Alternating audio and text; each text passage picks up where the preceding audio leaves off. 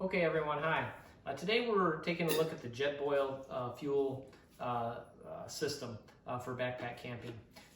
This is a very, very nice system for both cooking and for heating up any other type of fluids. It's essentially a stove system all in one, which includes a cup and a lid and sort of an insulated sleeve here.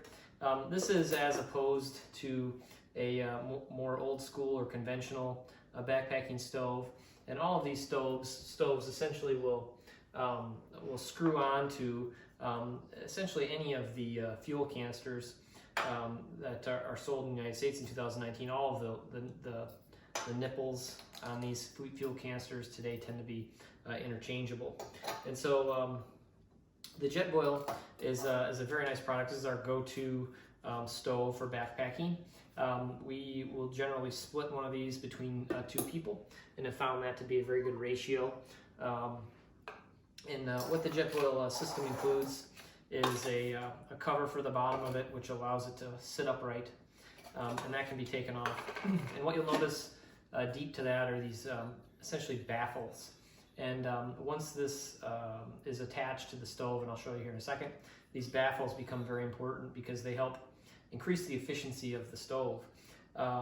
Instead of the heat essentially radiating off in the air, the heat is trapped within these baffles, which then essentially transfer that heat energy to the liquid that you're heating up. The other nice thing that I would point out is there's a lid that holds everything together, but this is all a self-enclosed system. So your stove, your fuel canister, and your stand all fit within this, so that when you're out on the trail, that it packs down nicely. A couple of things that I'd like to point out that we found useful pearls are that I always leave the cap on my canister. I do this because one time one of my kids had stored this in such a way that having this nipple open and having this the actual burner next to each other, it lets some of the gas escape. And so that can't happen if you keep the cap on it. So that's sort of the rule when we're out backpacking, is keep the cap on the fuel. And then the way this fits together, the fuel canister will fit within inside the stand. So I just drop the stand in, then my fuel canister, and then my burner, and then that will all fit very easily inside. Very durable. We have not had any issues with durability, with the exception of one of our Jetboils. The little igniter piece of metal got bent because we weren't being careful. So this is the on switch for the gas. You have to unfold that from the packed position. Again, this just screws on to the fuel canister. And then this unit will then clip into the little notches on your stand. Now, what you may have noticed, there's essentially two different sizes of these fuel canisters with regards to the diameter of the base. There's this smaller 100-gram fuel canister, and then there's a larger version. There's a clip for both of these, and I recommend that you use this because especially when you're on soft soil. We had one episode where we burned up some leaves because one of the kids wasn't using the stand, and so you want to make sure that you use the stand, and that creates a nice stable platform because we're going to put a top-heavy object on the top, which includes our can.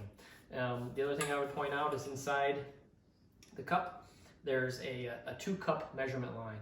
That is important because it turns out 2 cups tends to be one of the commonly used volumes within the prepackaged meals, where you're often adding 2 cups of boiling water to serve the meal. And so you can fill your cup up to 2 cups. And then on the side here, there's a little knob that fits in a matching slot on the cup and just drops in and twists. And so this is actually attached. To get it off, you have to give it a little twist. And then I would point out that when you go to do that after your water's hot, you want to make sure that you grab the system from this lower ring, because the upper ring here can be hot. And so it just untwists, and you can remove this after you've burned. So on our burner, there's an igniter button, and so you simply turn your gas on, and then you can ignite the stove.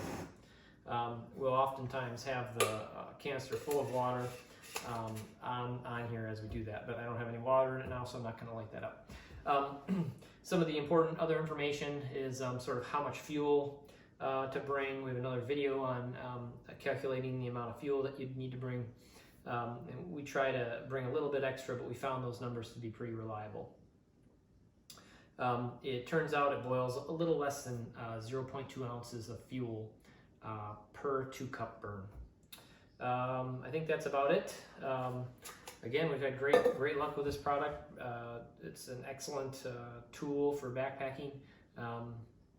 And let us know if you have any questions. Thank you.